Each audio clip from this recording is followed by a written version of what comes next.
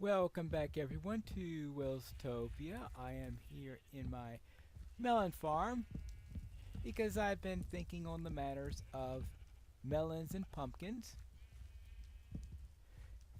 Traditionally, I had made this into a pumpkin farm. I turned it into a melon farm after I created the pumpkin farm for the pumpkin pies because I figured there was nothing else I needed the farm for. And that this was something that maybe someday I'll grab a few items from there, but let's face it, I had no need for melons. Then, of course, came this. And that is, of course, my High Priest of the Earth, who naturally has some pumpkin and melon trades. So let's take care of a few of those. So therefore, with some villagers to consider, I'm in need of having a little bit more that I can produce with my current system. So therefore, let me finish these last three traits. Well, that went away just... Yeah, okay, good. You reset, that's nice to know. But that means I'm going to be needing more of those in the future. And because I'll be needing more melons and pumpkins, I think I need a new place to farm them. Something that's larger. I was thinking at one point maybe this room here, but that's a bit small. So I'm going to have to go all the way around here, and maybe I could find a room that I think is suitable. I mean, this is a possibility. Now, the fact that we've got these jail cells here is a detraction, but that's one possibility. But let me see if I can find a better candidate. After a bit of consideration, I decided on a room that is near the cistern, because here's the cistern right here. And I didn't have this wall punched out last time, but this wall turns around here and heads into this room right here. Now over here, that goes around the water temple, I believe. This is the water or the fire temple that's over there. This is a temporary cut point that I have over here, but this would probably be my quick way in. I was trying to think where's the best place to put this corridor. In the original module, the corridor is right here, but I would like to have that as a full wall. So I'm most likely going to place it right here and have these two connect this way, and this could be my quick way in order to get into this room right here, because this I think will make a nice location. Well, it's a nice location to plunge into a screaming death, it looks like. I know. I have feather fall, so therefore unlikely going to result in a screaming death. It's not like I'm doing an MHC or something like that. Now, I am going to have a border made of the nether brick, and then in the middle of that I will have I have to think about exactly what to do there, because I do also have to worry about water, of course. So I need to get some measurements on there. The idea there is I want to get the ideal measurement on what I want. Now I will have to worry about I'll have a path going right here. So the first thing I will do is build a path that goes along the outside. Like that. And this path will lead out and go this way, and then this then could be the farming area. My original plan was for the path to go along the wall, but I changed my mind and I decided to have it go this way, and that I will place the pumpkins over here and I'll place the melons over here. So we'll get some dirt for that in order to, now we'll have dirt all the way through on the outside.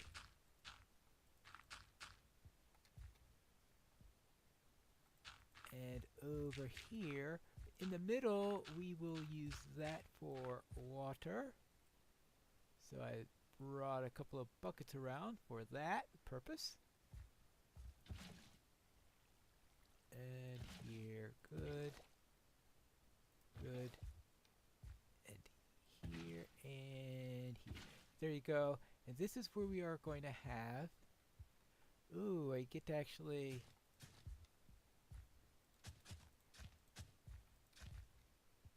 use this diamond hoe, and maybe someday I'll actually wear out this diamond hoe. I think there's an achievement for doing that rather unlikely thing, and therefore let us place our pumpkins here. 5, 6, 7, 8. So it looks like there are 16 here, and there are actually 24 at that other farm that I have. So this isn't exactly going to give me a huge number of pumpkins, but I figure usually I do the farming stuff when I have to be in the area. So if I am passing through here, if I'm building in this area or something like this, then every once in a while I'll come by here in order to pick those. And of course we'll have the same thing here over for the melons. Now I still don't have my full border for this side, so therefore I'll have to do the dirt appropriately, taking that into account. Now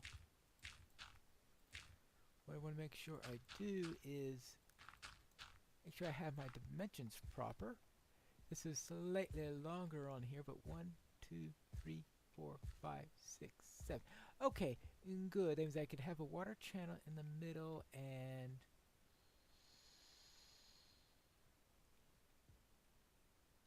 well, try to see if I come up with an optimal way in which to do this. Let's try this. If I count right, this should get me about 28 melons. This is not exactly, now this is not taking into account mechanics and stuff like that that would make everything super efficient or anything of that type. That's not what I'm going for here. Actually, if it's going to take 28, then I'm going to be needing more seeds at some point, because I only have 19 seeds with me. Hey, well, fortunately if I can get some from the first crop, and maybe I should get some bone meal in order to start to bone meal this up so I could get things. I checked over at the other melon farm, and it so happens that the two of them are the exact same size. So I suppose that's appropriate. We'll at least get some of these up. And we'll do it for some of the melons also.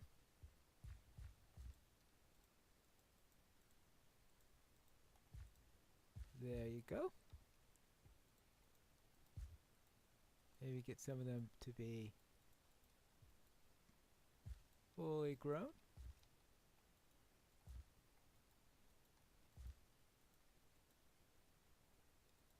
And there we go. We are, I'd say, I'm not going to push them all to be up, but just using at the bone meal that I collected for this. Oh, and I have my first melon.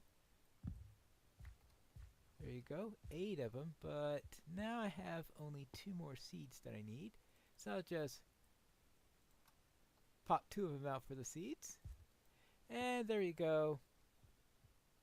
And they're already all nice and growing all through with a little bit help of bone meal. Now to finish the perimeter, and that project will be done. There we go. I've got the border done. We've got pumpkins and melons growing. And that should help supplement the total that I've got. Now the question is the best way to handle this. It would have been nice to be able to start there. Actually, maybe I should just start there. Alright, fine. I'll start there and just have my usual 3 wide corridor going down, because that's where my pumpkins are going to be. It's going to be a more important thoroughfare than I was originally planning. So I'll just bring out all this stuff in the wall and maybe get myself a shovel and clear the way here. And that is fairly straightforward. I suppose this will do. There. Now that that's complete, it is time for us to consider what to do for the rest of the episode. I think it's about time that we got back to the Interpearl toss game that we were working on earlier. If you recall, this is a little game where you stand on... I'm going to have to mark the starting point for the game a little bit better because I always lose its location. It has to be somewhere around here because the drop spot, if you are completely off, is right there. So, yeah.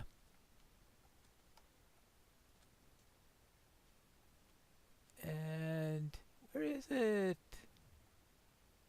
Well, let's not worry about that at the moment because that's for the first hole. Now, I'm coloring the holes based on the spectrum. So therefore, the first hole is the red hole. Well, I'm calling it a hole because, of course, it's loosely inspired by golf. So we come here, we toss it over here, and this is our target. The second hole, or the second one is here, which is the orange one. And we toss it, and the target is way up there. Then after that one, there is the yellow one, which I did during the week leading up to now.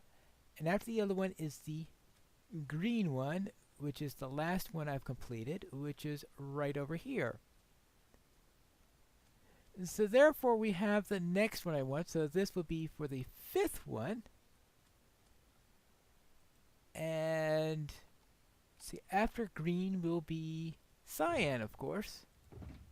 So we'll want some cyan. Do I have any... Oh, here it is, cyan terracotta. Ah, I am holding it right in my inventory. Alright, I thought I had made some of that. Here we go. And so the next one is going to be cyan. And this was a rather nasty toss, so I think I'm going to make it shorter than the others and just go over here. Or maybe on top of that hill over there. I just want to double check that it is really shorter. This is... Alright. 84. So let's see how far that is across when I get over there on top of the hill. And hopefully I can get through this without having constant thunderstorms, which is what I had to go through when I was last working on this. 84, and this is 8.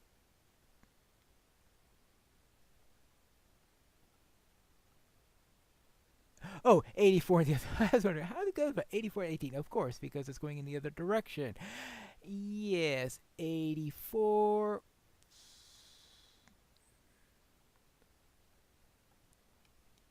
yeah, so of course 84, so about 30, so it's only about 30, so it's a pretty short one. But I think due to the difficulty and the height and stuff like that, that if I clear this tree out of the way, I'll be able to make this a site for the next target.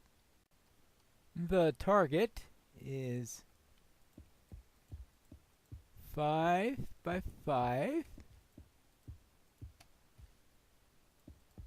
in the color of the target. In this case, we've got the cyan in there, and then we have our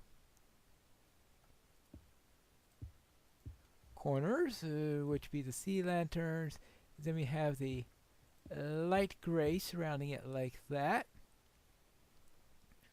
I usually throw in whatever is common in the area. Oh yeah, dirt would be that for that, and then on top of that, 2 pieces of cyan,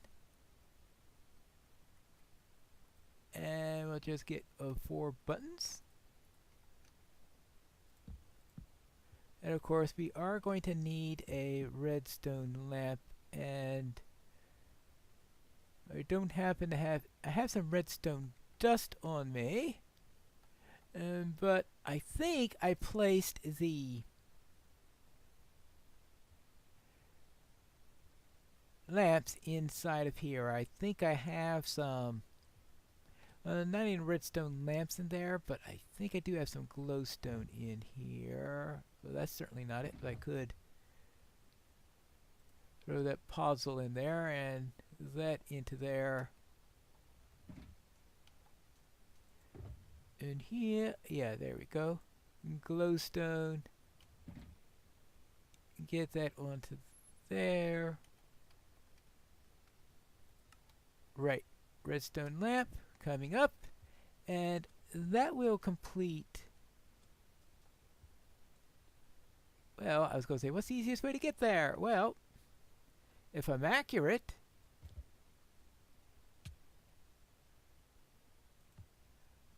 alright, so it is possible to ace this particular one. That is,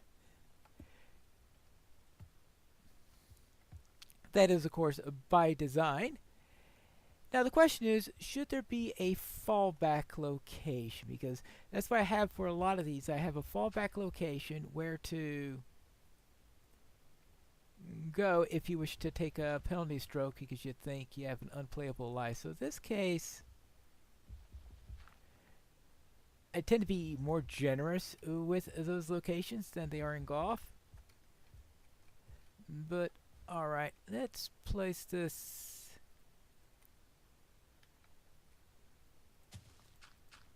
here, and we're just going to have a 3 by 3 there. If I remember correctly, that is the light gray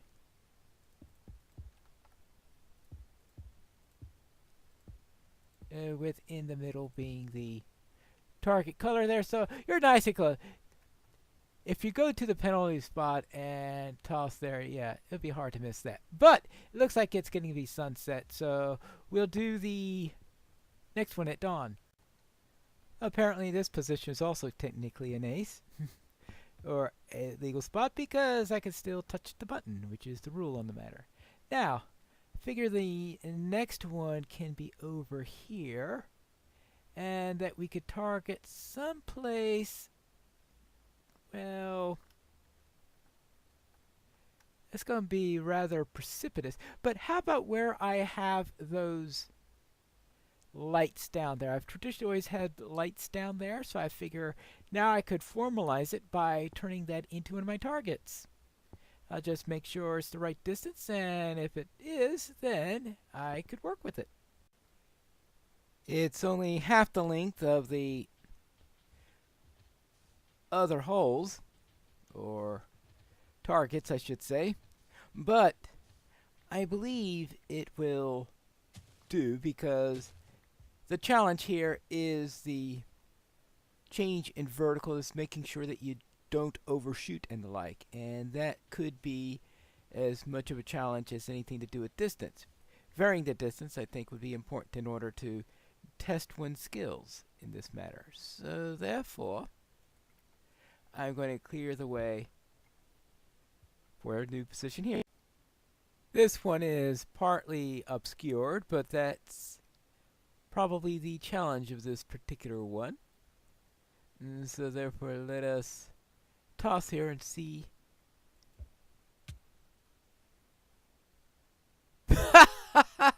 I think that's close enough. Well then, I suppose that's one of the easier. Now, one of the reasons why I want a couple of them shorter and a couple of them longer is the challenge for this game is to get through all 7, because there will be 7 for each of the 7 colors that I'll be using. So this is blue, so I have one more that will be purple. So I'll go through all 7, and the idea is to get through all 7 of them in only 16 tosses. Because here we have the ender pearl right there. So you start out with a stack, and then you'll try to get through here. Now I'll need a starting platform for the final one, and the final one we will be targeting right around the dock area. So therefore we'll go into a full circuit. How about right here? Yeah, we have. Now the question is, can we see? Okay, I can see the previous target there, so I could put the final target right here, and that'll be right next to the entrance into the temple area. Good idea. And here we are at the final target, also one that's a little bit obscured, but I think we've got a reasonable. Okay, it took me 2 shots, but that was because I threw it a little bit short. So that then is the complete course. All I need now is to find a way so that I don't lose track of this, because this, I keep on failing to tell that this is here. So what I want to do then is to put a little something up to tell me this is the location that we need to go to for the first position. And how about just, yeah, a sea lantern on top of the proper color. And that can be the signal to say this is the location of the first toss point. And I'll do that after the thunderstorm. Now let's try to get our post. Let's try putting it right at this corner. And put a sea lantern on top. There you go. And that'll just be our signal. Let's see if I can see it from here, because that's the main idea, so that we could find it. Alright, so that I should no longer worry about missing that. So what I think I should do then is see if we can have a quick game of this.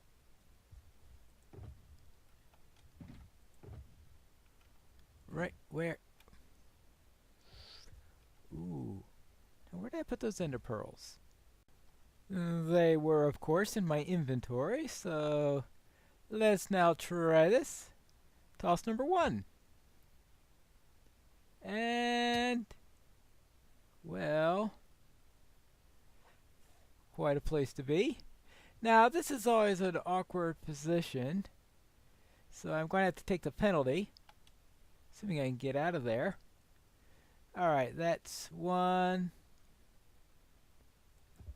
2, okay, that's 3 for that then, because I had the penalty for the second shot. Alright, now let's go for the second hole. Okay, I aced that one, so therefore my score is 4 right now. Right? Yeah. 4. See how I do here. And, okay, overshot a little bit there. Okay, that's 6 then.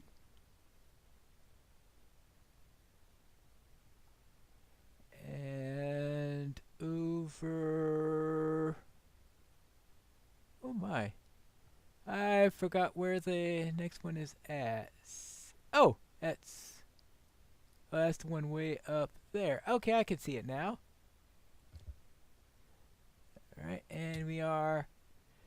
Okay, a little bit too short. Had to take a penalty there.